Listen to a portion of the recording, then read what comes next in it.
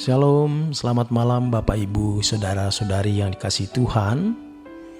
Renungan firman Tuhan Pendeta Dr. Erastus Sabdono bersama saya Zetveri. Malam hari ini berjudul Ikatan Perjanjian. Ketika kita memanggil Allah sebagai Bapa, kita telah diikat oleh sebuah ikatan abadi. Allah adalah Allah yang kekal, maka kita menjadi makhluk kekal yang akan terus bersama-sama dengan Dia. Dalam hal ini, doa Bapa kami seperti sebuah ikatan perjanjian atau covenant yang mengikat kita dengan Allah. Ikatan seperti ini adalah ikatan kekal. Ikatan kekal berarti ikatan yang bukan hanya terjalin sementara hidup di bumi ini, melainkan juga ikatan dalam kekekalan di kerajaan surga kelak. Dengan demikian, ikatan ini akan berlanjut terus tanpa akhir, tanpa ada batas waktu. Betapa indahnya ikatan perjanjian ini. Tentu saja untuk membangun ikatan seperti itu harganya sangat mahal. Dari pihak Allah, Allah memberikan putra tunggalnya, Tuhan Yesus Kristus, sebagai sarana pendamaian yang membenarkan manusia atau orang percaya dan membawanya kepada Bapa. Dari pihak manusia atau orang percaya harus rela kehilangan segala sesuatu demi ikatan perjanjian itu.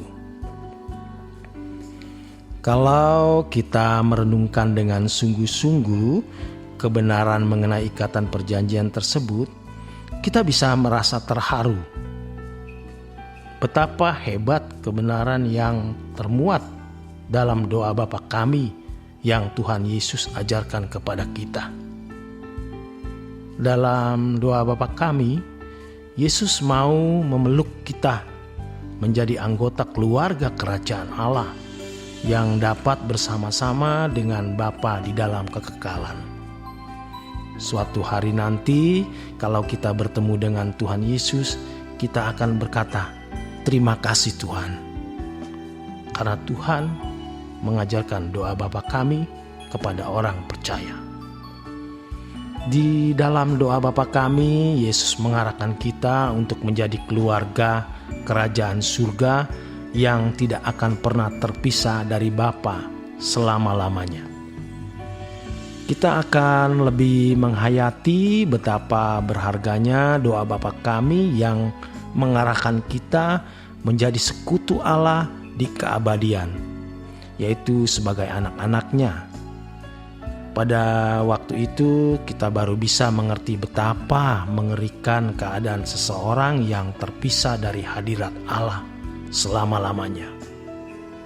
Hari ini kita tidak bisa membayangkan kengerian keadaan manusia yang terpisah dari Allah, dari hadirat Allah tersebut.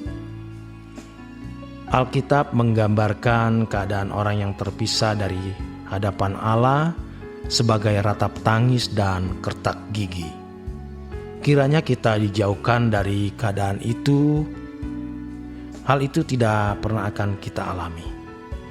Oleh sebab itu, tidak ada salahnya kalau kita mempertimbangkan kemungkinan kita bisa ada di tempat tersebut.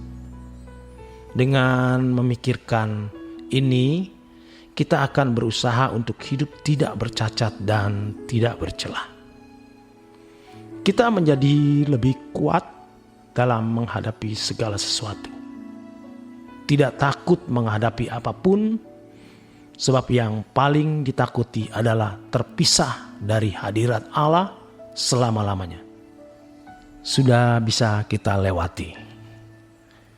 Dengan menghayati kengerian keterpisahan dari hadirat Allah selama-lamanya, kita akan terpacu atau lebih terdorong untuk rela berbuat apapun demi menyukakan hati Allah. Kita rela berkorban tanpa batas.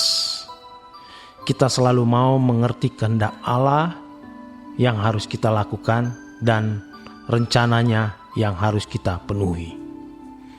Tentu hal ini kita lakukan bukan sekedar karena kita takut masuk neraka, melainkan karena kita takut akan Allah yang kita hormati dan kita kasihi, serta kita tidak ingin terpisah dari Dia.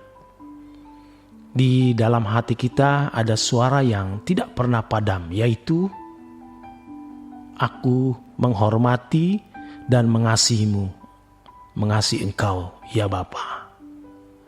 Aku mengasihi dan mengasihi Engkau, ya Tuhan Yesus." Inilah yang menggerakkan kita menjalani hidup dari hari ke hari dengan bergairah. Dengan menghayati kengerian terpisah dari hadirat Allah, kita akan lebih dapat menghayati bahwa dunia ini bukan rumah kita. Kita hanya ingin hidup di hadirat Allah. Hadirat Allah adalah satu-satunya pelabuhan hidup kita. Tidak ada yang lain. Kita tidak pernah merasa memiliki apapun di atas muka bumi ini selain di hadirat Allah. Dengan demikian, kita akan selalu mencari hadirat Allah. Kita akan mampu berdoa berjam-jam di hadapan Allah. Sebab itulah pelabuhan kita. Bagi kita, doa bukanlah kewajiban, melainkan kebutuhan. Kita baru bisa mengerti apa artinya haus akan Allah seperti rusa merindukan sungai yang berair. Dengan demikian kita dapat menjadikan Tuhan benar-benar sebagai segala sesuatu di dalam hidup ini. Dengan menghayati betapa mengerikan terpisah dari hadirat Allah, kita akan membuang segala kepentingan kecuali satu-satunya, yaitu melayani perasaan Bapa. Melayani perasaan Bapa inilah yang sebenarnya merupakan pelayanan yang sesungguhnya. Pelayanan yang lebih berkenan di hadapan Bapa dan di hadapan Tuhan Yesus. Lebih dari berkhotbah, menjadi gembala sidang, dosen sekolah tinggi teologi, menjadi aktivis gereja, dan lain sebagainya. Idealnya seseorang jangan dulu melayani pekerjaan Tuhan sebelum mengerti atau paling tidak berkerinduan kuat untuk melayani perasaan Bapa. Sesungguhnya inilah yang dimaksud firman Tuhan bahwa baik kita makan atau minum atau melakukan sesuatu yang lain, kita lakukan semua itu untuk kemuliaan Allah. 1 Korintus 10 ayat 31. Demikian kebenaran firman Tuhan. Selamat malam, selamat beristirahat. Tuhan memberkati.